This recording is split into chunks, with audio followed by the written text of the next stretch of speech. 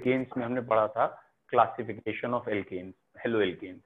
Classification कैसे करते हैं, दैट इज एलिफैटिक है या एरोमेटिक है, एक क्लासिफिकेशन ये था। 1 डिग्री है, 2 डिग्री है, 3 डिग्री है, बेंजाइल है, एलाइल है, विनाइल है। इन क्लासिफिकेशन पे कमांड कर लीजिए, ठीक है। स्पेशली बेंजाइल, विनाइल, एलाइल, इन पे कमांड होनी चाहिए, ठीक। फिर हमने पढ़ा मेथड ऑफ प्रिपरेशन। प्रिपरेशन में बेसिकली 5 रिएक्शंस थी, ठीक है। मेथड ऑफ प्रिपरेशन में 5।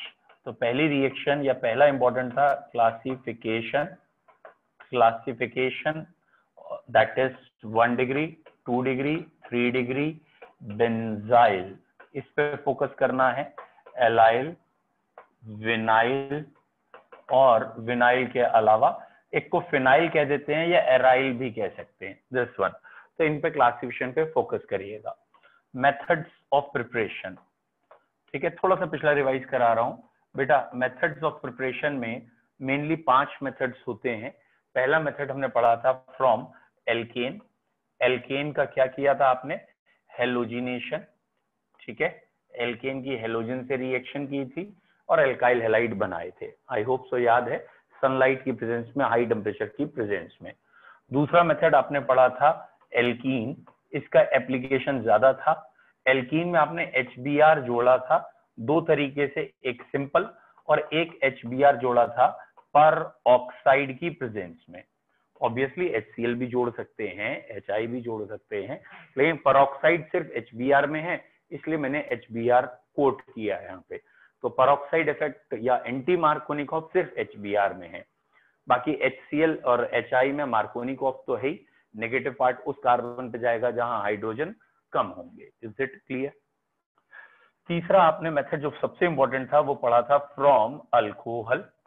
फिलहाल अल्कोहल से 6-7 तरीके से बना सकते हैं, लेकिन मेन जो तरीका है अल्कोहल की हेलोजन एसिड से रिएक्शन करें इन प्रेजेंस ऑफ या तो ZnCl2 होता है, अगर HCl है, HBr है तो H2SO4, और अगर HI है तो हीट करके काम हो सकता है, या KI के साथ H3PO4। तो इसमें भी एक आध क्वेश्चन है कि HI के साथ H2SO4 क्यों नहीं लेते, तो ये सिंपल सा आंसर है, H2SO4 ऑक्सीडाइजिंग एजेंट है, वो HI को ऑक्सीडाइज कर देता है आयोडीन में, इसलिए नहीं लेते। दूसरा इसमें एक और मेथड था HX के अलावा PCl3, PCl5 and SOCl2। I hope so आपको याद आ गया हो। और SOCl2 वाला मेथड डार्जन कहलाता था, गैसेस उड़ जाती थी। तो एक नेम रिएक्शन के लिए डार्जन हो सकता है। एक आपको अगर याद आ रहा हो बोरोडीन हंस डाइकर्स रिएक्शन। तो बोरोडीन हंस डाइकर रिएक्शन में क्या था कि सिल्वर सॉल्ट ऑफ एसिड ले लेंगे बेटा, ये रहा सिल्वर सॉल्ट ऑफ एसिड, इसकी रिएक्शन ब्रोमीन से कर दी हमने और RBr बन गया। और इसी में क्लोरीन ले लोगे तो RCl भी बन सकता है और CO2 AgBr अलग हो गया। लेकिन अगर इस रिएक्शन में आयोडीन लेते थे तो एस्टर्स बनते थे। Last is halogen exchange. आखिरी रिएक्शन इसमें थी हेलोजन एक्सचेंज। और बेटा हेलोजन एक्सचेंज में आपने 2 पढ़ी हैं, ठीक है। हेलोजन एक्सचेंज, इसमें आपने 2 रिएक्शन पढ़ी हैं। एक का नाम था फिनकेल्स्टीन रिएक्शन और एक का नाम था, वेरी गुड, स्वार्ट रिएक्शन। अगर याद आ गया हो, स्मार्ट रिएक्शन कह सकते हो, जल्दी याद रहेगा। स्वार्ट रिएक्शन, फिनकेल्स्टीन रिएक्शन में RI बनाना था तो RBr या RCl ले लीजिए, और इसकी रिएक्शन फिनकेल्स्टीन रिएक्शन में NaI इन एसीटोन से करते थे। NaI इन एसीटोन से करेंगे तो RI का फॉर्मेशन होता है, और एसीटोन में ये जो दूसरा कंपाउंड बनेगा वो प्रेसिपिटेट होके रिवर्ट नहीं कर रहा है। अगर आपने RF बनाना है तो बेटा RCl या RBr ले लीजिए, एंटीमनी का फ्लोराइड, सिल्वर का फ्लोराइड ले लीजिए और इस रिएक्शन में RF बना लीजिए। तो ये 5 मेथड मेनली हमारे हुए थे method of preparation of halo alkane में। रिवाइज करते रहा करिए, ऐसे ही जब भी आप स्टार्ट करें रिवाइज कर दें। फिर आपने पढ़ा है हेलो एरीन्स। हेलो एरीन्स के मेन मेथड ऑफ प्रिपरेशन क्या थे बच्चों। जब हेलो एरीन्स यानी बेसिकली हम क्लोरोबेंजीन की बात कर रहे हैं, इसको बनाने की थी, तो सबसे इंपॉर्टेंट थी Sandmeyer reaction. Sandmeyer reaction starting कहां से थी, हमने पहले एनेलीन लिया, एनेलीन का डाईएजोटाइजेशन किया, बहुत इंपॉर्टेंट प्रोसेस है NaNO2 एंड HCl से 0 to 5 डिग्री सेंटीग्रेड पे डाइजोटाइजेशन करने पे ये कंपाउंड बना जिसे हमने कहा डाइजोनियम सॉल्ट। और बेटा इस डाइजोनियम सॉल्ट से अगर हमने CuCl और HCl ले लिया, या ये बेटा CuCl2 भी कह सकते हैं क्यूप्रस डाइमर में क्योंकि एग्जिस्ट करता है, तो ये वाली रिएक्शन कहलाई रही थी सैंडमेयर्स रिएक्शन। और सैंडमेयर रिएक्शन में बेटा क्लोरीन बना था, N2 अलग हो गया। गैटरमैन ने कहा इसी रिएक्शन में CuCl की जगह कॉपर ले लीजिए तब भी हो जाएगी। तो सैंडमेयर की जगह यही रिएक्शन गैटरमैन कहला रही है, गैटरमैन रिएक्शन, बस कॉपर एंड HCl ले लेंगे तब। और अगर बेटा हमें आयोडोबेंजीन बनानी हो, ठीक है, तो ये तो क्लोरो या ब्रोमोबेंजीन के लिए था, आयोडोबेंजीन बनाने के लिए हमें इतनी मेहनत नहीं करनी होती, डायरेक्ट हम इसकी रिएक्शन KI से कर दें तो विदाउट कैटलिस्ट भी आयोडोबेंजीन बन जाती है। और जो दूसरा मेथड पढ़ा था वो था हेलोजिनेशन ऑफ बेंजीन। ये था सेकंड मेथड या नेक्स्ट मेथड, बेंजीन की रिएक्शन किसी एक हेलोजन से कर दें FeCl3 की प्रेजेंस में, तो ये क्लोरोबेंजीन होगा और HCl अलग होगा। बेटा एक पॉइंट इसमें रह गया, उस रिएक्शन का नाम था बाल्स-शिमान रिएक्शन। ये जो डाइजोनियम सॉल्ट बना है इसकी HBF4 से रिएक्शन करें, HBF4 से करने पे एक कंपाउंड बनेगा N2BF4, यानी diazonium salt of fluoroboric acid या diazonium fluoroborate, benzene diazonium fluoroborate. और इसको जब आप हीट करेंगे, इसको हीट करेंगे तो आपको फ्लोरोबेंजीन मिल जाएगी। तो फ्लोरोबेंजीन भी बन सकती है, आयोडोबेंजीन भी, क्लोरो या ब्रोमो भी बन सकती है। और यही चीज आपने हेलोजिनेशन में की थी, बस जरा ध्यान रखिएगा हेलोजिनेशन में इन डार्क था। तो ये थी मेथड ऑफ प्रिपरेशन, ठीक है, वेरी गुड। एक बच्चे ने बिल्कुल सही बताया है। एक इंडस्ट्रियल प्रोसेस और पढ़ाया था हमने, रास्टिंग प्रोसेस। रास्टिंग प्रोसेस में हमने क्या किया था, बेंजीन की रिएक्शन HCl ऑक्सीजन से की, in presence of copper catalyst chlorobenzene का फॉर्मेशन हुआ। This process was termed as Raschig और रास्टिंग प्रोसेस, वेरी गुड। इसके बाद आई केमिकल प्रॉपर्टीज। बेटा केमिकल प्रॉपर्टीज में हमने पहले पढ़ा chemical properties of haloalkanes, ये हम ऑलमोस्ट फिनिश करने पे हैं, अभी बची हैं। हेलो एल्केन्स की केमिकल प्रॉपर्टीज बेसिकली 3 तरह की होती हैं, या तो ये देते हैं मेनली SN रिएक्शन या न्यूक्लियोफिलिक सब्स्टिट्यूशन रिएक्शन, या तो ये देते हैं न्यूक्लियोफिलिक सब्स्टिट्यूशन, या ये देते हैं ऑब्वियसली रिएक्शन विद मेटल, जो हमने पढ़ ली हैं ऑलमोस्ट दोनों। और तीसरा होता है एलिमिनेशन रिएक्शन, ठीक है। तो ये 3 तरह की रिएक्शन होती है हेलो एल्केन में, nucleophilic substitution, reaction with metal and elimination. पहले 2 हमारी ऑलमोस्ट कंप्लीट हो गई हैं, फिर भी एक बारी छोटा सा एक रिवीजन हमें करना है, ठीक है। बेटा एक आध बच्चों को लग रहा है पिक्चर ब्लर आ रही है, आप लोगों को साफ आ रही है? यस सर, यस सर, साफ है। एक बारी बस मैं चेक कर लेता हूँ इनके कहने पे कि कनेक्शन सही लगा है नहीं लगा, बस 1 सेकेंड दो।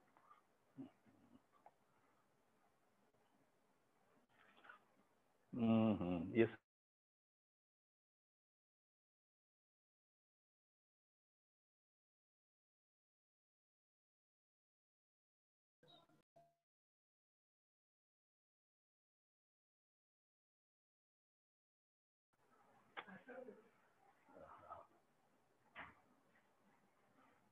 यार अच्छा खासा चल रहा था, वही चलने देता, इसमें इंटरनेट नहीं आ रहा, पता नहीं क्यों। कनेक्ट आ गया, ओके बेटा शायद इंटरनेट अब चला गया था, आई होप सो आ गया होगा, आई होप सो आवाज आ जाएगी, धीरे धीरे साफ हो जाएगी, ठीक है। अब बेटा न्यूक्लियोफिलिक सब्स्टिट्यूशन रिएक्शन कौन कौन सी हमने पढ़ी हैं, पहले हमें उन्हें देखना है, ठीक है। जस्ट अ सेकेंड है, मैं इसको थोड़ा बीच में ले आ रहा हूँ, चलने में दिक्कत है। न्यूक्लियोफिलिक सब्स्टिट्यूशन रिएक्शन हमने कौन कौन सी पढ़ी हैं, ठीक। बेटा ये वाला चार्ट बड़ा इंपॉर्टेंट है और कोशिश करिएगा ये आप खुद बना लें बाद में तो बेटर है। तो ये चार्ट का तरीका क्या है, मैंने इथाइल क्लोराइड लिखा है और इथाइल क्लोराइड से पहली रिएक्शन अगर मैंने कहा एक्वस KOH से हो तो क्या होगा, तो एक एक्वस KOH से इथाइल अल्कोहल बनेगा। और क्योंकि हम पढ़ चुके हैं कई बार तो मैंने यही लिख लिया और करके मॉइस्ट Ag2O, मॉइस्ट Ag2O से भी यही प्रोडक्ट बनता है, दैट इज अल्कोहल ही बनता है। AgOH से करवानी पड़ती है इसमें तो। बेटा मॉइस्ट Ag2O एक्चुअली AgOH में चेंज हो जाता है, लेकिन जो बुक्स में लिखा है यार, मैं वो नहीं कह रहा हूँ, है ना, बुक्स में बेटा लिखा है मॉइस्ट Ag2O, तो मॉइस्ट Ag2O ही याद रखिए। मॉइस्ट Ag2O AgOH में चेंज हो जाता है और वो रिएक्ट करता है, बट क्वेश्चन मॉइस्ट Ag2O से। दूसरा था ईथर बनाने के लिए कौन से रिएक्शन होती है, तो इन ईथर बनाने के लिए एक तो थी C2H5ONA, जिसे हम RONA या रोना वर्ड से भी कह देते हैं, और यहाँ अगर मैंने दोनों तरफ C2H5 लिया है तो यही बनेगा, और इस रिएक्शन का नाम था WR विलियमसन रिएक्शन या सिंथेसिस। विलियमसन सिंथेसिस में आपको ध्यान रखना था कि अगर, याद आ गया, एल्काइल हैलाइड का एल्काइल ग्रुप, ये एल्काइल हैलाइड है, सॉरी, इसका एल्काइल ग्रुप 1 डिग्री है तो आपको बनाना है ईथर। नहीं 1 डिग्री में ईथर है, 2 डिग्री में 50% एल्कीन 50% ईथर, और अगर एल्काइल हैलाइड का एल्काइल ग्रुप 3 डिग्री है तो एल्कीन बनाना है। ओके, नाउ तीसरी रिएक्शन बेटा, इसके बाद हम ईथर बनाने के लिए इसी में चाहे लिख लें, और Ag2O ड्राई, ठीक है, ड्राई Ag2O लेंगे तो भी यही बनेगा, डन। इसके बाद कुछ मेन रिएक्शंस थी, फॉर एग्जांपल अगर आपको याद आ गया हो कौन कौन सी रिएक्शन थी, जैसे KCN से कर दी, तो अगर KCN से करते हैं तो CN आता है, वेरी इंपॉर्टेंट रिएक्शन, बहुत पूछी जाती है ये कन्वर्जन में एक कार्बन बढ़ाने के लिए। और CN की 2 रिएक्शन और हम कहते हैं, याद करिए, CN की अगर हाइड्रोलिसिस करते हैं, वाटर ऐड करते हैं तो COOH में चला जाता है, और CN का अगर रिडक्शन करते हैं यानी हाइड्रोजन ऐड करते हैं तो 1 डिग्री अमीन बनती है, तो एक कार्बन ज्यादा की अमीन बन जाती है या एसिड बनता है। बेटा AgCN से अगर रिएक्शन करेंगे तो क्या बनेगा, आपको याद रखना है, AgCN में NC बनता है। होपफुली अब आपको याद आ गया हो ऐसा उल्टा क्यों होता है। KCN एक आयनिक कंपाउंड है, पूरे CN जो कि एक एम्बिडेंटेड न्यूक्लियोफाइल है, अलग हो जाता है आयनिक की वजह से। C के पास भी लोन पेयर है, N के पास भी है, तो C से बॉन्ड जोड़ना थोड़ा आसान होता है क्योंकि कैटिनेशन की वजह से CC लिंकेज में स्ट्रॉन्ग है, तो इसीलिए यहाँ C आके जुड़ता है। ये कोवलेंट है इसलिए ये बॉन्ड टूटना मुश्किल है, और इसलिए नाइट्रोजन का लोन पेयर ये न्यूक्लियोफाइल की तरह काम करता है और NC बनता है। और अगर NC का रिडक्शन कहा गया है बच्चों, इसके रिडक्शन से तो सेकेंडरी अमीन या 2 डिग्री अमीन बनेगी, NHCH3 2 डिग्री अमीन, जबकि उसके रिडक्शन से 1 डिग्री अमीन। अगला था reaction with potassium nitrite, actually potassium nitrite is KONO, ये कंपाउंड होता है पोटेशियम नाइट्राइट, की NO2 भी बोलते हैं लेकिन लैंग्वेज में पोटेशियम नाइट्राइट है, और यहाँ RONO बनेगा बच्चों, R का नाम है C2H5, तो C2H5ONO बनेगा, C2H5ONO बनेगा। जबकि याद आ गया होगा सिल्वर नाइट्राइट अगर होता है तो C2H5NO2 बनता है। अगेन सेम रीजन हम देते हैं यहाँ कि यहाँ नाइट्रोजन और ऑक्सीजन दोनों के पास लोन पेयर हैं आयनिक होने की वजह से, लेकिन ऑक्सीजन पे नेगेटिव चार्ज भी है, कार्बन ऑक्सीजन का बॉन्ड ज्यादा स्ट्रॉन्गर है कार्बन नाइट्रोजन से, इसीलिए RONO बनता है। जबकि यहाँ लोन पेयर है ही नहीं, या ये कहना चाहते हैं कोवलेंट है, क्योंकि ये कोवलेंट नेचर का है तो ये ऑक्सीजन से टूटता ही नहीं है, therefore this reaction takes place by nitrogen, और ये नाइट्रो बनता है। आई होप सो पहले ये 6 रिएक्शन आपको आ गई हो समझ में।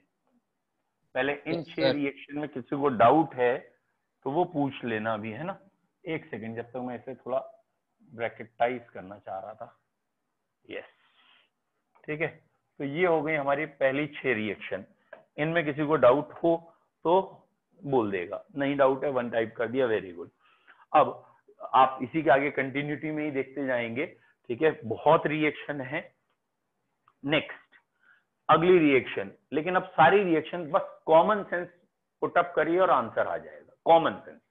हॉफमैन अमोनोलिसिस, अमोनिया से रिएक्शन की गई है, अमोनिया बेटा यहाँ वही है C2H5Cl, अगर अमोनिया से रिएक्शन की गई है, आई होप तो सभी को क्लियर है। मिक्सचर ऑफ अमीन्स आएगा 1 degree 2 degree 3 degree amine and quaternary ammonium salt, तो C2H5NH2 पहले आएगा और so and so and so and so. मैंने डॉट डॉट लिख दिया, मतलब आपको खुद सोचना है क्या बनना है। ये रिवाइज करा रहा हूं मैं आपको, ऑब्वियसली आगे भी पढ़ेंगे, टेंशन मत लो। लेकिन ऑर्गेनिक एक ऐसी चीज है, अगर मैं लगातार पढ़ाने लगा तो गारंटेड कोर्स तो हो जाएगा, समझ में तुम्हें कुछ नहीं आएगा। और थोड़ा सा मैं अगर रिवाइज करा दूंगा, थोड़ा सा, ज्यादा भी नहीं, गारंटेड सारे क्वेश्चन। ऑर्गेनिक का एक ऐसा बेस है कि आखिरी के 2 चैप्टर मुझे पढ़ाने नहीं पड़ेंगे अगर तुमने यहाँ ये वाली चीजें बार बार अपने हाथ से लिख के भी कर ली, जैसे मैं लिख के दिखाना चाह रहा हूं। तो ये रहा C2H5Cl, अमोनिया से ये बना। बताइए बेटा, C2H5Cl की रिएक्शन कर रहे हैं सोडियम इथेनोएट से, ठीक है, या सिल्वर से, सिल्वर एसीटेट से। बेटा इसकी रिएक्शन हम कर रहे हैं सिल्वर एसीटेट से, CH3COO। अरे वेरी गुड, यहां बनेगा CH3COO C2H5। बस कॉपी खोल के ना बैठे हो, बिना कॉपी से बता रहे हो तो बहुत ही बढ़िया, वेरी नाइस बेटा। एस्टर बनता है, AgCl निकल जाता है, बहुत बढ़िया। और इसका IUPAC नेम है इथाइल इथेनोएट। एस्टर में नाम देख लेंगे, नहीं भी पता तो टेंशन मत लो, ये एस्टर है, वेरी नाइस। अगर हम कह रहे हैं C2H5Cl की रिएक्शन कर दे रहे हैं बेटा, लेट सपोज, इसके अलावा हमने रिएक्शन पढ़ी है, अमोनिया हो गया ये, ठीक है। अब मैंने अगर बाई चांस ये कह दिया है कि C2H5SNA से कर रहे हैं, जैसे RONA होता है ऐसे RSNA होता है, तो C2H5S NaCl अलग हो जाएगा और HCl NaCl अलग हो जाएगा।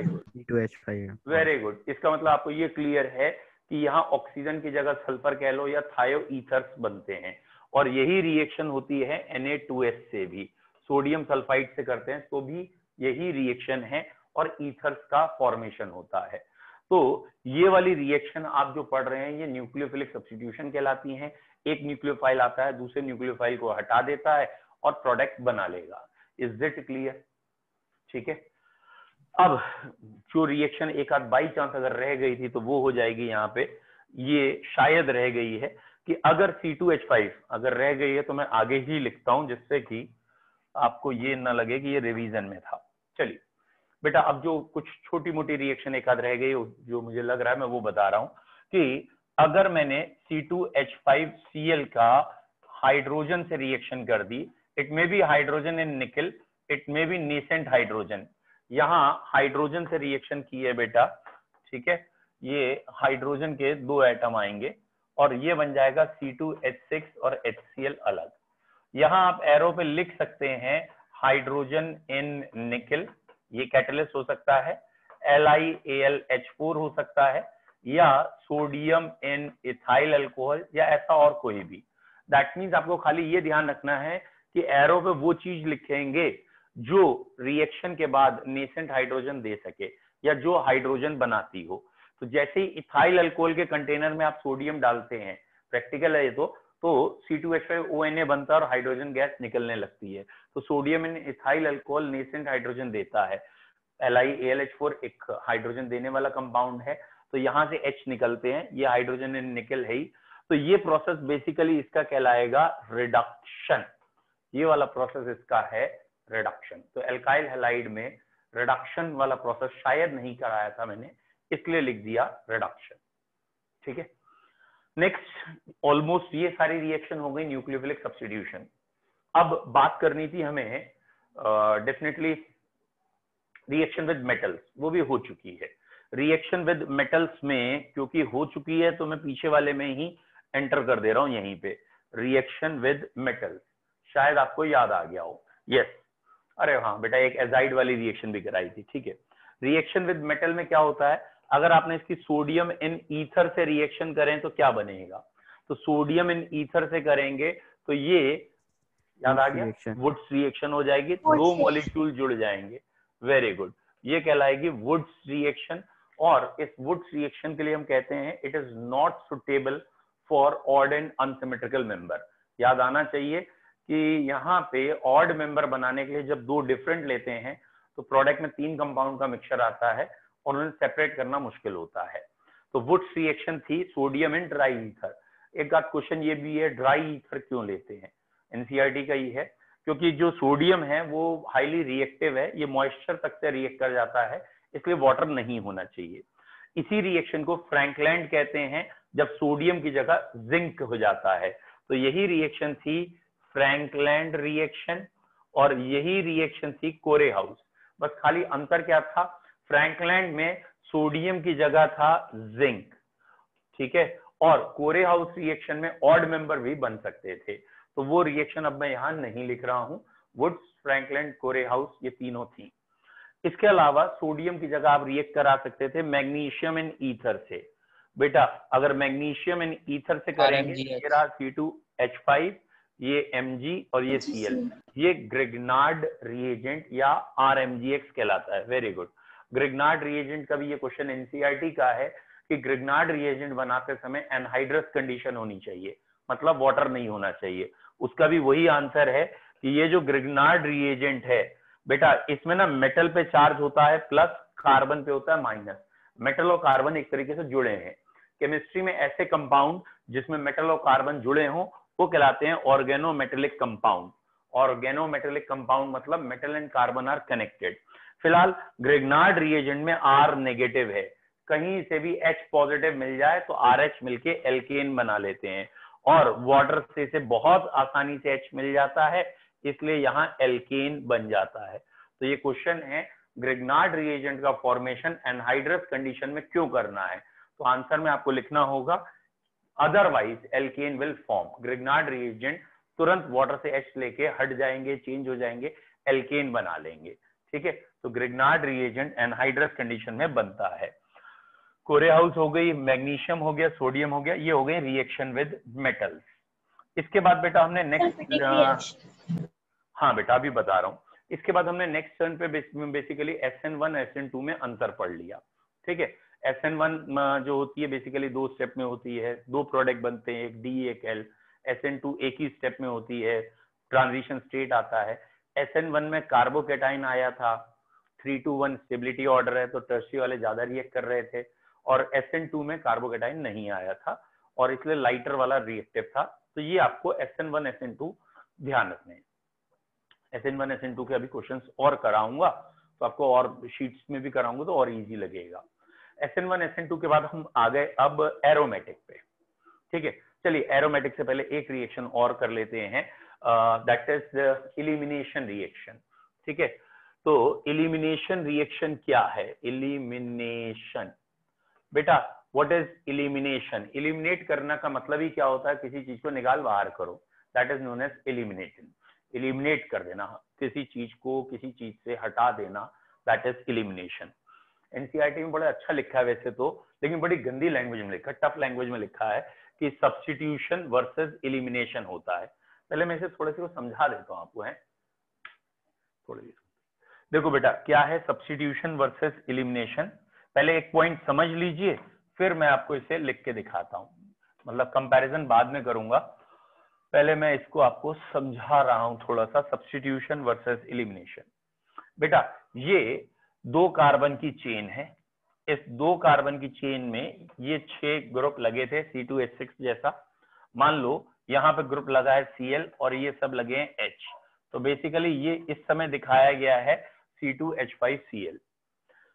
बच्चों अगर मैं कह रहा हूं इस C2H5Cl की रिएक्शन कराई गई, लाइक KOH से कराई गई, एक्वस KOH से, तो जब ये एक्वस KOH से रिएक्शन करता है तो ये Cl हट जाता है, और Cl हटने के बाद यहाँ पे आ जाता है OH। Cl हटने के बाद OH, एक ग्रुप हटा दूसरा आके जुड़ गया, ये वाली चीज कहलाई सब्स्टिट्यूशन, ठीक है। This is termed as substitution, जो आपने पहले पढ़ भी लिया है, KOH एक्वस से होता है, ठीक हुआ, यहां तक कोई दिक्कत नहीं है। अब जब साइंटिस्ट ने ये एक्सपेरिमेंट करना शुरू किया तो सबसे बड़ी समस्या उनके लिए क्या आई, इसी रिएक्शन में एक कंपटीशन चल रहा है। कंपटीशन चल रहा है मतलब इस रिएक्शन में एक और पॉसिबिलिटी आ रही थी, क्या? यहां से Cl हट रहा था और यहां से H भी हट रहा था, और अगर एक तरफ से Cl और पड़ोसी से H हट जाएगा तो इन दोनों की एक एक वैलेंसी खाली ओवरलैप होकर डबल बॉन्ड बना लेंगी, और ये प्रोडक्ट बन गया एल्कीन। ये प्रोडक्ट बन गया बेटा एल्कीन। तो यहाँ 2 बॉन्ड, हाँ बेटा H कैसे हट रहा था? हाँ बिल्कुल सही है, ये अभी वर्ड आ रहे हैं आपके सामने कि ये KOH है, तो K पॉजिटिव और OH नेगेटिव दो आए हैं, तो अब की OH नेगेटिव यहां गया है, अब की OH नेगेटिव ने से सब्स्टिट्यूट नहीं किया है, OH नेगेटिव H पे गया है और K पॉजिटिव Cl पे गया है और एल्कीन बन गया है। मतलब यहाँ दो पॉसिबिलिटी होती है। क्या दो पॉसिबिलिटी होती है बच्चों? एक पॉसिबिलिटी होती है कि एक ग्रुप हटा और दूसरा आ गया, जब एक हटा और दूसरा आ गया तो इसे कह दिया हमने सब्स्टिट्यूशन। और दूसरी पॉसिबिलिटी हुई कि उसी कंपाउंड के अंदर दो बॉन्ड टूट गए, जो अटैक करने आया उसकी वजह से दो बॉन्ड टूट गए और वहां बन गई एल्कीन। यानी आपको ये दो चीजें अपने दिमाग में रखनी है कि या तो सब्स्टिट्यूट होगा या एलिमिनेट, और अभी क्लियर हो जाएगा। 2 मिनट की बस तसल्ली रखो, 2 मिनट की आप तसल्ली रखिए बेटा। देखिए बच्चों, हमने अभी कहा कि दो बॉन्ड टूट रहे हैं, अगर दो बॉन्ड टूट रहे हैं, एक इधर से एक इधर से, ये दो बॉन्ड टूटने के बाद प्रोडक्ट बन रहा है, दैट मीन्स हमें टेम्परेचर हाई चाहिए। और जब एक ही बॉन्ड तोड़ना है तो एनर्जी उतनी नहीं चाहिए, यानी टेम्परेचर लो चाहिए। हम क्या निकाल रहे हैं इसको एक बार साइंटिस्ट के हिसाब से सोच के देखिएगा कि आप लैब में एक्सपेरिमेंट करने जा रहे हैं, उस हिसाब से सोचिएगा। आपने क्या किया, इथाइल क्लोराइड एक बीकर में ले लिया और आपने ऐड किया KOH और रिएक्शन करा रहे हैं। KOH से रिएक्शन कराने के बाद आपको दो तरह के रिजल्ट मिल रहे थे, कभी आपको अल्कोहल मिल रहा था और कभी आपको क्लोराइड मिल रहा था, सॉरी कभी आपको अल्कोहल मिल रहा था, कभी आपको एल्कीन मिल रही थी। तो अब आपको ये एज ए साइंटिस्ट पता करना है कि कब अल्कोहल मिलता है कब एल्कीन, रीजन निकालना है। तो आपने एक्सपेरिमेंट किए बार बार, आपने एक बार टेम्परेचर कम रख के देखा, एक बार ज्यादा रख के देखा। जब भी आप टेम्परेचर कम रख के देख रहे थे सब्स्टिट्यूट हो रहा था, और जब टेम्परेचर हाई करते जा रहे थे सब्स्टिट्यूट की जगह क्या होता जा रहा था, एलिमिनेट। तो सिंपल भाषा में हमने चेंज कर दिया आपके लिए और ये कहा कि at higher temperature elimination takes place.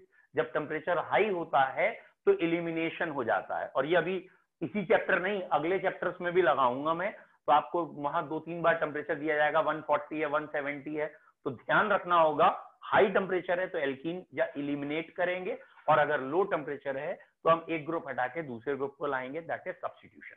तो सब्स्टिट्यूशन वर्सेस एलिमिनेशन यहां चल रहा है। अभी यहां पे मैच किस किस के बीच में चल रहा है, सब्स्टिट्यूशन वर्सेस एलिमिनेशन। अब हमारे दिमाग में क्या है, कब हमें सब्स्टिट्यूट कराना है और कब हमें एलिमिनेट करा देना है। तो एक सिंपल अभी पहला तो बताया कि टेम्परेचर जब हाई होता है तो एलिमिनेट हो जाते हैं, दोनों बॉन्ड टूट जाते हैं, एल्कीन बन जाती है। टेम्परेचर जब लो होता है तो सब्स्टिट्यूट। एक तो ये हुआ, यानी एक फैक्टर टेम्परेचर है। बच्चों दूसरा फैक्टर है न्यूक्लियोफाइल का, स्ट्रॉन्ग न्यूक्लियोफाइल है या वीक न्यूक्लियोफाइल है। वैसे तो एक कॉमन सेंस है कि अगर स्ट्रॉन्ग न्यूक्लियोफाइल आएगा, अगर एक बल्कि और स्ट्रॉन्ग न्यूक्लियोफाइल आएगा तो वो एल्कीन बनाएगा, और अगर एक वीक न्यूक्लियोफाइल आएगा तो वो एक ही को हटा पाएगा, और इसीलिए वो क्या बना लेता है, वीक न्यूक्लियोफाइल से सब्स्टिट्यूट होता है। फिर से सुनो, समझो, सुनो नहीं समझो इसको क्या कहना चाहते हैं। बेटा एक वर्ड है न्यूक्लियोफाइल और एक वर्ड है बेस, पहले तो इसमें भी अंतर पता हो। एक वर्ड है न्यूक्लियोफाइल और एक वर्ड है बेस, दोनों का काम एक ही, लोन पेयर देना, लेकिन ऑर्गेनिक में थोड़ा सा मार्जिनली डिफरेंस है। ध्यान से सुनना, शायद आपको समझ में आ जाए डिफरेंस, शायद, पक्का तो मैं नहीं कहता, शायद आ जाए। यहां पे एक बॉन्ड जब टूटा था तो ये न्यूक्लियोफाइल आया, ध्यान से सुनना, ये मैंने लिखा न्यूक्लियोफाइल आया, और इसने इस बॉन्ड के टूटने के बाद कार्बन पे अटैक किया और प्रोडक्ट बना लिया, कार्बन पे अटैक करके प्रोडक्ट बनाया, इसे कहते हैं न्यूक्लियोफाइल, इसे कहते हैं न्यूक्लियोफाइल। सुन लो, एक मिनट और रुको। और यहां पे जो KOH अटैक कर रहा है, K इसके साथ और OH इसके साथ, समझ में आया, इसे कहते हैं बेस, इसे कहते हैं बेस। क्या समझ में आ रहा है, दोनों का काम एक ही है, दोनों ही नेगेटिव हैं, न्यूक्लियोफाइल भी नेगेटिव है, बेस भी नेगेटिव है। थोड़ा सा ध्यान से देखना बेटा, बेस को अपने दिमाग में एसिड वाली भावनाओं से जोड़ना, एसिड बेस है, ठीक है। तो अगर ये एसिड बेस वाला बेस है तो जब भी नेगेटिव या न्यूक्लियोफाइल H आयन पे जाके अटैक कर रहा होगा, H पॉजिटिव को अलग करना चाह रहा होगा, वाटर बना रहा होगा, H पे अटैक करने वाली चीजें बेस होंगी, और H को छोड़ के किसी और पे अटैक कर रहा है, जैसे कार्बन, जैसे यहां ध्यान से देखना ये C पे अटैक हो रहा था OH नेगेटिव का, तो अगर कार्बन पे अटैक कर रहा है तो वो न्यूक्लियोफाइल की तरह बिहेव कर रहा है, और अगर वो हाइड्रोजन पे अटैक कर रहा है तो बेस की तरह। बाकी चीजें दोनों सेम है, दोनों में ही नेगेटिव चार्ज है।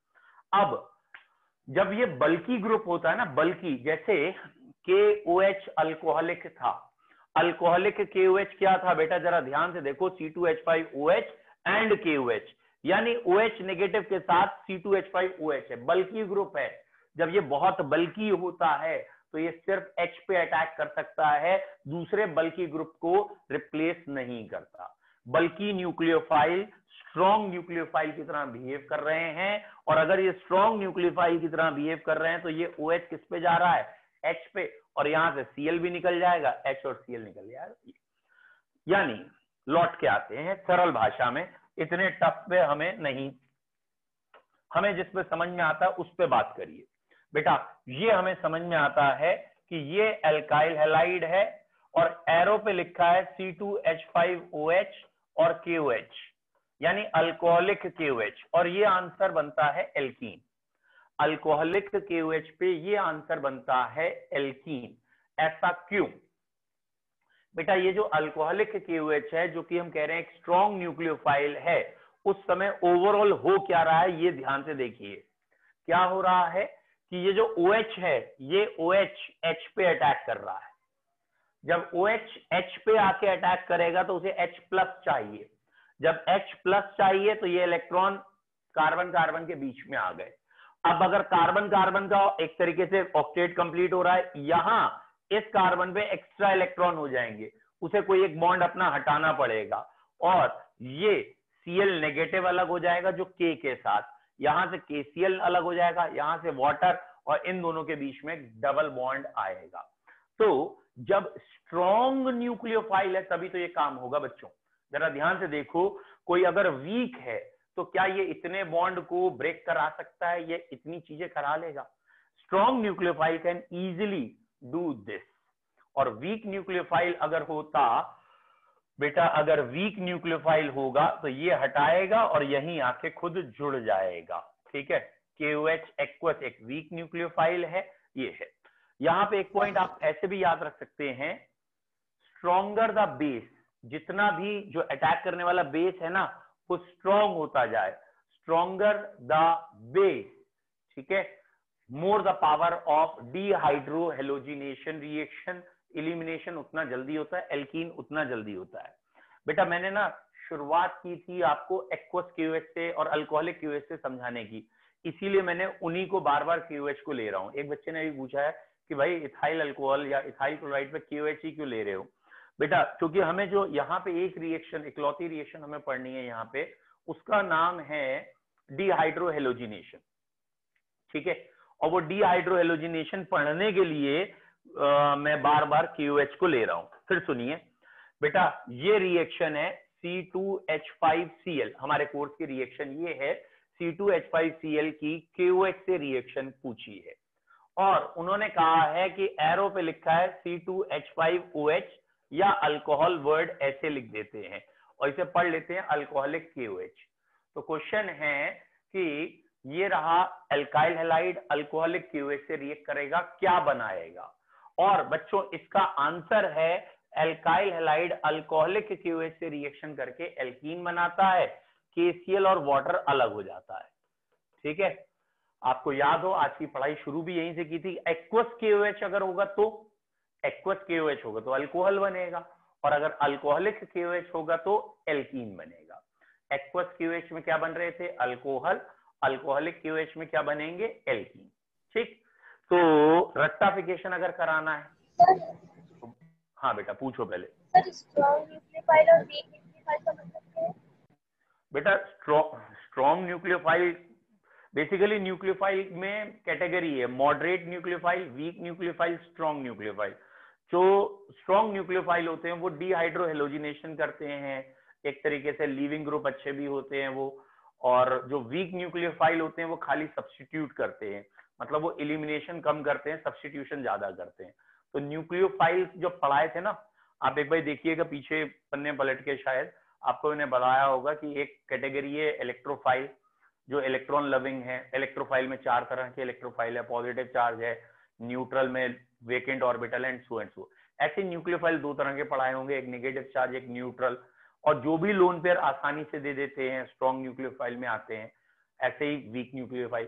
तो जो भी स्ट्रॉन्ग न्यूक्लियोफाइल है वो याद करने पड़ेंगे आपको, और अगर लिस्ट नहीं है तो एक बार ये लिस्ट ले लीजिएगा, ठीक है। स्ट्रॉन्ग न्यूक्लियोफाइल का काम है एलिमिनेशन करना, वीक न्यूक्लियोफाइल का काम है सब्स्टिट्यूशन करना। चलिए लौट के आते हैं एक बारी। बेटा क्या हम कहना चाह रहे हैं, एल्काइल हैलाइड अल्कोहलिक KOH से रिएक्ट करके एल्कीन बनाते हैं, जबकि एल्काइल हैलाइड एक्वस KOH से रिएक्ट करके, पहले तो अपने कोर्स का देख लेना, इसके बाद डिटेल भी देख लेना। एक्वस KOH से रिएक्ट जब करता है तो अल्कोहल बनाता है।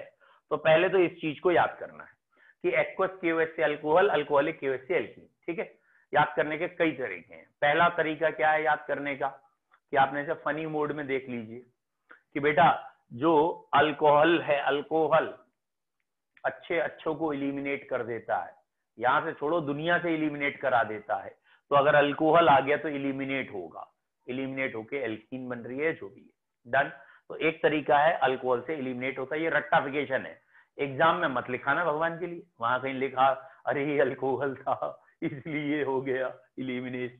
तो अल्कोहलिक KOH से इलिमिनेट है। दूसरा तरीका, ये भी एक फनी उसमें आप याद कर सकते हैं कि अगर एल्काइल हैलाइड हमारे पास है और KOH है, एल्काइल हैलाइड है KOH है, तो आपको फितूर यही सोचेगा कि चलो एल्काइल हैलाइड का करेंगे क्या, हटाओ अल्कोहल बना लेते हैं। तो आपने अल्कोहल बना लिया, अल्कोहल की आपको व्यवस्था करनी थी, कर लिया आपने। आपके पास एल्काइल हैलाइड भी है, अल्कोहल भी है। तो जब एल्काइल हैलाइड भी अल्कोहल है ही है, तो चलो अब और कुछ बना लेते हैं। जब अल्कोहल तो है ही है, जब है तो क्यों बनाए, तो फिर हमने एल्कीन बना ली है। तो जहां अल्कोहल था अल्कोहल ना करके एल्कीन। बट ये सारे के सारे रेक्टिफिकेशन या फितूरी मेथड है। अबे रुक जा भाई, एक सेकेंड प्रभु। तो ये फितूरी मेथड है। अब आओ केमिस्ट्री में। केमिस्ट्री के मेथड क्या है, केमिस्ट्री के मेथड है कि 2 तरह की रिएक्शन होती हैं, एक सब्स्टिट्यूशन एक इलिमिनेशन। ये एक ही रिएक्शन, मतलब जब सब्स्टिट्यूशन हो रहा है तो साइड बाय साइड इलिमिनेशन का चांस है। और विलियमसन रिएक्शन में मैंने बोला था लेकिन मैकेनिज्म नहीं बताया। अगर आपको विलियमसन याद हो तो विलियमसन में हमने कहा है कि एल्काइल हैलाइड का अगर एल्काइल ग्रुप प्राइमरी है तो ईथर बनेगा, सेकेंडरी है तो दोनों बनेंगे, और टर्शियरी है तो एल्कीन। यही चीज है। तो विलियमसन में सब्स्टिट्यूशन थी, वहां इलिमिनेशन भी होगा। तो जहां जहां सब्स्टिट्यूशन है वहां इलिमिनेशन का खतरा मंडराते रहेगा। कंडीशंस देखनी पड़ेंगी। अगर पहली कंडीशन है बच्चों, फर्स्ट कंडीशन इज टेम्परेचर। अगर आपने टेम्परेचर लो रखा है तो चांसेस सब्स्टिट्यूशन के, टेम्परेचर लो रखा है तो सब्स्टिट्यूशन के चांसेस ज्यादा हैं। टेम्परेचर जैसे जैसे आप बढ़ाते जाएंगे इलिमिनेशन के चांसेस होंगे। तो एक ही रिएक्शन में अगर आपने हाई टेम्परेचर ले लिया है तो हो सकता है वो सब्स्टिट्यूट ना करके इलिमिनेट कर दे, इलिमिनेशन। सेकेंड, दूसरा होता है कार्बोकैटाइन की स्टेबिलिटी के बारे में।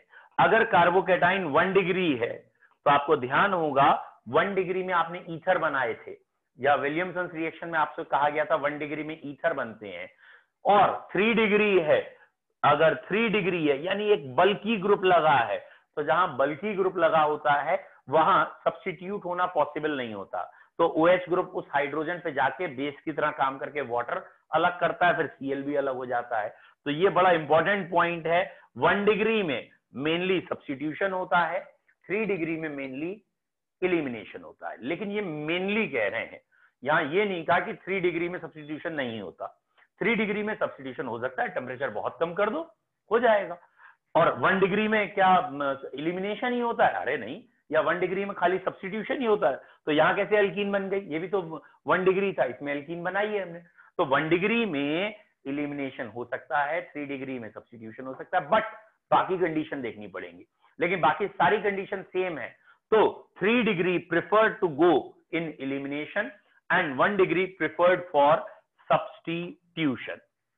थर्ड, बेटा थर्ड अभी हमने बात की न्यूक्लियोफाइल की।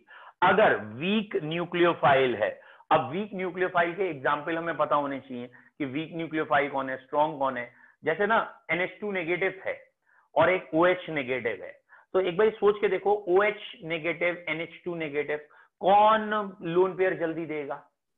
एक कॉमन सेंस है, ऑक्सीजन या नाइट्रोजन, दोनों इलेक्ट्रोनेगेटिव हैं लेकिन ऑक्सीजन इलेक्ट्रोनेगेटिव ज्यादा है, तो नाइट्रोजन कम इलेक्ट्रोनेगेटिव है, ये इलेक्ट्रॉन दे देगा। और अगर नाइट्रोजन इलेक्ट्रॉन दे सकता है बच्चों तो ये स्ट्रॉन्ग न्यूक्लियोफाइल हो गया। तो यानी अगर नाइट्रोजन आ जाएगा तो इलिमिनेशन के चांसेस ज्यादा होंगे, और OH आएगा तो सब्स्टिट्यूशन के ज्यादा होंगे। अब इस OH के साथ इथाइल अल्कोहल लगा दिया, इथाइल अल्कोहल वाटर से कम एसिडिक यानी ज्यादा बेसिक, दैट मीन्स OH के साथ अगर इथाइल अल्कोहल है तो स्ट्रॉन्ग हो गया, और अगर OH अकेला या वाटर अकेला है तो खाली सब्स्टिट्यूशन। तो आपको ध्यान रखना है स्ट्रॉन्ग न्यूक्लियोफाइल में होता है इलिमिनेशन और वीक न्यूक्लियोफाइल में होता है सब्स्टिट्यूशन। तो सब्स्टिट्यूशन और इलिमिनेशन पैरेलली चलते हैं, कंडीशन के हिसाब से कौन होगा वो देखना है। अब बेटा अगर हमारी इस रिएक्शन में ये वैसे 11th का स्टेटमेंट है, ये 2-क्लोरोब्यूटेन है और इसमें मैंने लिख दिया है एरो पे KOH और ऑब्वियसली अल्कोहलिक KOH, तो अल्कोहलिक KOH से एल्कीन बनेगी। और दो पॉसिबिलिटी हैं, अगर 11th का याद हो तो अच्छा रहेगा, एक 1-ब्यूटीन एक 2-ब्यूटीन, which alkene will form and why. तो 11th का अगर आपको थोड़ा बहुत याद है तो इसे कहते थे वहां हम सैडजैफ रूल, ठीक है, सैडजैफ रूल हम प्रोनाउंसिएट करते हैं, बोलते हैं इसे, और सैडजैफ रूल ये था, वेरी गुड, इसको हमने 11th में कहा था, पुअर बिकम्स पुअर, यानी hydrogen is eliminated from that adjacent carbon which has less hydrogen. तो हमने ये कहा था यहां से Cl निकलेगा, यहां से H निकलेगा और ये बनेगा 2-ब्यूटीन, क्योंकि अगर ये 1-ब्यूटीन बनेगा तो वो एल्कीन लेस स्टेबल होगी। ये हाइपर कंजुगेशन का पॉइंट है। या बेटा यहां देखो CH में डबल बॉन्ड है ना, यहाँ डबल बॉन्ड है और इसके बाद ये भी 3 हाइड्रोजन, ये भी 3, यानी 6 अल्फा हाइड्रोजन है, तो ये एल्कीन बहुत स्टेबल है। और यही अगर आप Cl यहां से निकालने के बाद H पहले वाली पोजीशन से निकाल देते, मतलब Cl यहां से निकला है और H यहां से निकाल के एल्कीन बनाते, तो ये बनती 1-ब्यूटीन, और 1-ब्यूटीन में सिर्फ 2 अल्फा हाइड्रोजन आते, तो ये एल्कीन ज्यादा स्टेबल है, इसलिए ये मेजर प्रोडक्ट है, it will be the major product by this. तो आज की जो हमारी मेन रिएक्शन हुई वो थी, समझ में नहीं आई, फिर से बता देते हैं, ये 11th का वैसे पॉइंट है, that is substitution, sorry elimination हो रहा है यहाँ पे।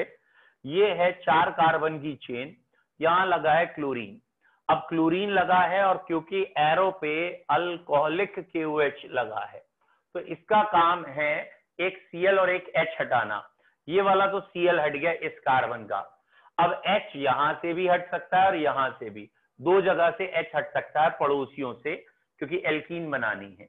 कौन सा H हटाएंगे? तो सैडजैफ ने ये कहा था हम वहां से H हटाते हैं जहां कम हो, यहाँ H 2 है और यहाँ H 3 है, तो जहां H कम है वहां से H हटाइए।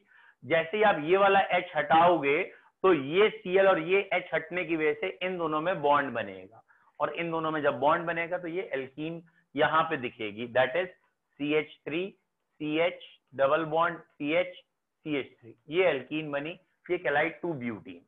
कुछ बच्चे या ऑब्वियसली कुछ कंडीशन में कुछ परसेंटेज में ये भी H हटेगा, लगभग 20% ये भी प्रोडक्ट बनेगा, तो यहाँ पे भी डबल बॉन्ड आएगा। लेकिन अगर 100 प्रोडक्ट बनेंगे तो 80 में 2-ब्यूटीन बनेगी और 20 में 1-ब्यूटीन बनेगी। बोलो बेटा इलिमिनेशन सर आप अल्फा हाइड्रोजन क्या बता रहे थे? ये जो फंक्शनल ग्रुप है अल्फा हाइड्रोजन, तो इसे कहते हैं कि इसको मैंने थोड़ी देर के लिए कह दिया है, ये फंक्शनल ग्रुप जैसी एल्कीन हो गई, और इसके पड़ोसी वाले कार्बन को अल्फा कार्बन कह दिया, और यहाँ 3 हाइड्रोजन लगी हैं, यहाँ पे भी अल्फा कार्बन 3, तो 3 और 3 6 अल्फा हाइड्रोजन हो गई हैं। जितनी अल्फा हाइड्रोजन ज्यादा होती हैं वो एल्कीन ज्यादा स्टेबल।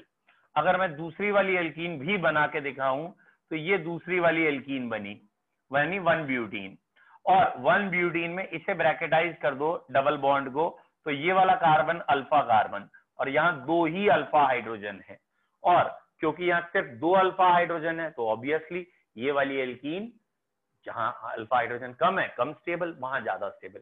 फिलहाल अल्फा हाइड्रोजन तो एक हायर लेवल पॉइंट हुआ। पहले आप बेसिक लेवल पॉइंट सैडजैफ को याद करेंगे। What is Saytzeff rule? बेटा सैडजैफ ने क्या कहा है? सैडजैफ ने कहा है अगर क्लोरीन इस कार्बन की अलग हो रही है तो इसके उस पड़ोसी कार्बन से H हटाओ जहां H कम हो। यहाँ H 1 और 1 2 है, यहाँ 3 है, तो यहां से H हटेगा और एल्कीन बनेगी। बोलो बच्चों, क्लियर है? Yes sir. चलो, तो ये हो गया हमारा हेलो एल्कीन्स। अब कल हम प्रॉपर्टीज पढ़ लेंगे हेलो एल्कीन्स की, एरीन्स की, सॉरी, हेलो एरीन्स। और हेलो एरीन्स के बाद हम जानबूझ के एक आध टर्न लेंगे जिससे कि आपकी प्रैक्टिस हो जाए, क्योंकि मुझे ये मालूम है जो बच्चे इस चैप्टर में अच्छा कर लेते हैं वो अगले चैप्टर्स में बहुत एनर्जी के साथ घुसते हैं, समझ में भी आ जाता है, उन्हें डाउट नहीं आते। और जो बच्चे इस चैप्टर में वीक रहते हैं उन्हें ऑर्गेनिक वीक रहती है। अब पूछो प्रभावसु बेटा। सर पूछो, एक बार एलिमिनेशन का मैकेनिज्म फिर से बता दीजिएगा। चलो ठीक है, कल दोबारा हम मैकेनिज्म को भी डिस्कस कर लेंगे। वैसे कोई बहुत बड़ा मैकेनिज्म है नहीं, ये E1 मैकेनिज्म से, सॉरी E2 मैकेनिज्म से चलती है, इलिमिनेशन ऑफ सेकेंड ऑर्डर से, यानी एक ही स्टेप में दोनों है। लेकिन चलो आपने कुछ पूछा है तो उससे कुछ फायदा ही निकला है। E1 E2 और SN SN2 को कंपेयर कल करा देंगे। कल भी याद दिला देना बेटा, ठीक है, कि हम आगे बढ़े उससे पहले इसका मैकेनिज्म के बारे में बात करेंगे। ठीक है, ओके सर। चलिए बच्चों, इतना ही रख रहे हैं आज। ठीक है, अच्छा बच्चों, कोई बच्चा ऐसा है जिसे केमिकल काइनेटिक्स रिवाइज करना हो? मैं भी करना हो, चलो अभी तो आप बता नहीं रहे, ग्रुप में डाल दूंगा मैं। केमिकल काइनेटिक्स का एक एक्स्ट्रा क्लास, मतलब लाइव क्लास चलाने का है, और 3 to 5 लगातार, 3 to 4 आपका रेगुलर बैच ये है। 4 to 5 में मैं शुरू से फिर से शुरू करने वाला हूँ, दैट इज फिजिकल केमिस्ट्री। कुछ बच्चे ऐसे हैं जिनका नहीं हुआ है इसलिए, ठीक है। 4 to 5 कहने का मतलब वही 4-10 4-15 तक बैच वो शुरू हो जाएगा। ठीक है, आज तो उसमें प्रोडक्ट ऑफ इलेक्ट्रोलिसिस है तो आज मत आइएगा, कल मैं पहले ग्रुप में डलवा दूंगा फिर बात करेंगे। ठीक है, ओके बच्चों, sir have a nice time, bye bye.